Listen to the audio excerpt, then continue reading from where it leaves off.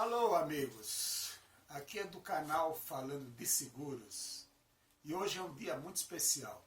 Estamos recebendo aqui a doutora Viviane, que é especialista em contratos e direito do consumidor e, além disso, também especializada em direito tributários, professora pela Universidade Ibirapuera, em São Paulo.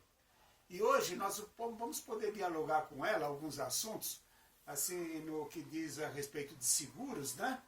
Porque nós temos a atividade prática, mas aqui a doutora Viviane pode nos explicar sobre a parte jurídica de seguros.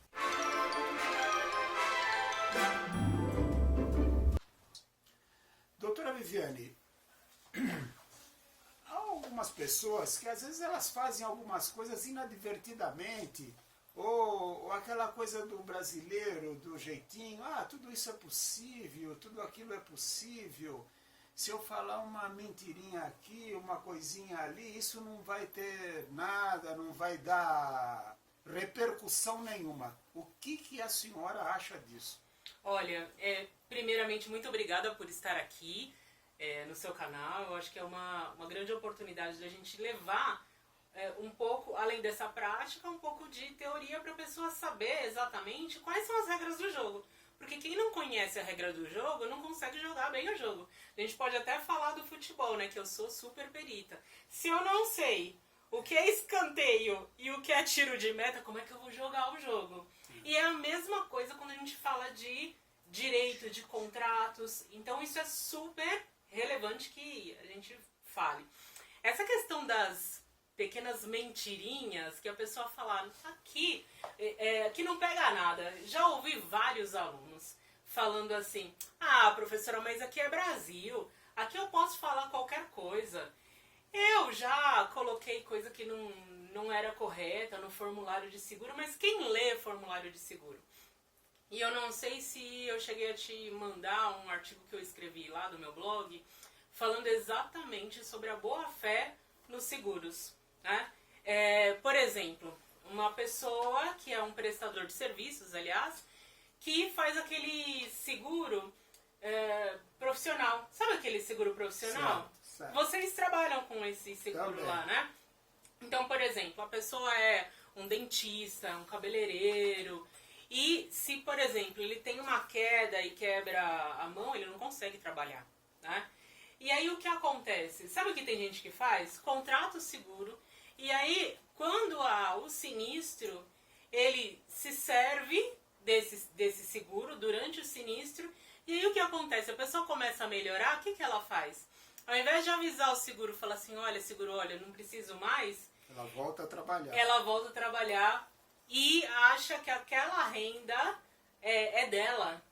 E eu já vi casos reais em que a pessoa teve que devolver o dinheiro para o seguro porque a própria seguradora hoje em dia é muito cuidadosa e eles verificam. E no caso era um prestador que ele continuou atendendo depois de voltar, né, de se curar. E aí ele não tinha avisado.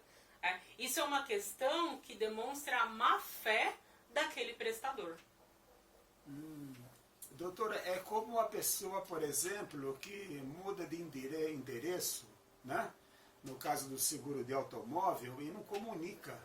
Exatamente. Né? Quer dizer, ele vai para um lugar, por exemplo, ele sai de São Paulo e vai para o Rio de Janeiro. Exato. E não comunica a seguradora. Às vezes, se ele sair do Tucuruvi e for morar em São Mateus, né? E for morar, sei lá, em Itaquera, pelo o CEP ser diferente, o risco aumenta, né? Porque, pelo menos aqui em São Paulo, eu sei que o risco de Zona Norte é diferente do risco de Zona Leste, né? Em alguns lugares Zona Sul também. Então, se a pessoa não informa, ela, se ocorrer o sinistro naquela localidade, ela vai perder esse direito a ser ressarcida.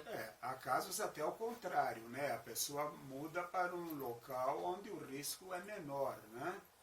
Mas, por exemplo, às vezes a pessoa informa que na casa dela tem portão automático, né? Quando na realidade na casa dela tem portão manual. Então, essas pequenas coisas podem ser caracterizadas como fraude? Podem ser caracterizadas como má fé. Ah, como má fé. Como má fé. E nesse caso, se você... Porque, veja bem, quando a gente pensa num contrato, o contrato é uma via de mão dupla. Da mesma forma que a seguradora precisa garantir esse risco, o segurado ele precisa mostrar toda essa possibilidade de haver um sinistro. Então, vamos pensar, vamos imaginar aqui que eu precise do seguro do meu veículo e eu diga que não tem nenhum motorista aqui com 18 anos que mora aqui na minha residência. Mas vamos imaginar que eu tenha um filho de 19 anos e que ele dirija. Se eu ocultar esse fato da seguradora e ocorrer um sinistro, eu perco o direito de ser ressarcida. Porque isso também gera um aumento. Veja, eu não estou dizendo que esse maior, não é? Porque essa é um pouco maior de 18 anos, mas, enfim, se a gente pensar, um homem, 19 anos, vai impactar no valor do seguro de uma mulher de 45? Vai impactar. Vai impactar, vai ficar um seguro mais caro. E o que é interessante, sempre que a gente pensa nessa questão, mas ele não guia esse carro, ele não utiliza. Ok, mas para o seguro há um aumento de risco. Ah, sim. Não é verdade? É verdade.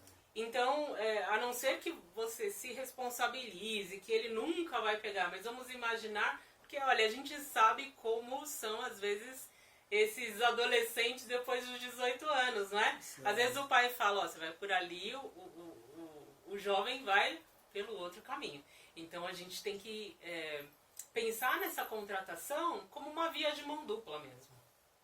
Ah, tá ok, doutora. Então, eu acho que nós poderíamos ficar aqui falando muito tempo sobre má-fé, sobre fraude, mas para nós foi assim uma pequena gota que eu acredito que vai servir aí para os nossos amigos que nos prestigiam, né? E a senhora vai voltar outras vezes, né? Com certeza, para nos dar esse apoio. E o nosso objetivo aqui não é dar aula sobre seguros, mas fazer que o nosso consumidor, né? O nosso consumidor, ele tenha uma noção do seguro, de que pode ser feito e de que não pode ser feito. E a vocês, meu muito obrigado por ficarem conosco esses momentos. E qualquer coisa, vocês têm aqui a doutora Viviane Moraes Danieleski, né? Como nós já apresentamos o currículo dela e ficamos aqui no nosso canal à sua disposição. Se você gostou dessa entrevista, clique aqui, inscreva-se, bate o sininho. E se você tiver alguma dúvida sobre seguros, entre em contato conosco, ok? Muito obrigado.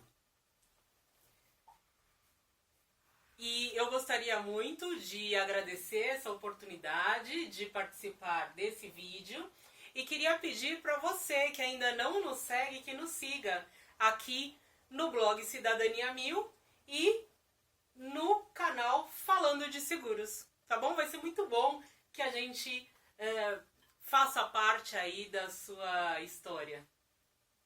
Obrigado, doutora. Eu que agradeço. Até a próxima. Até a próxima.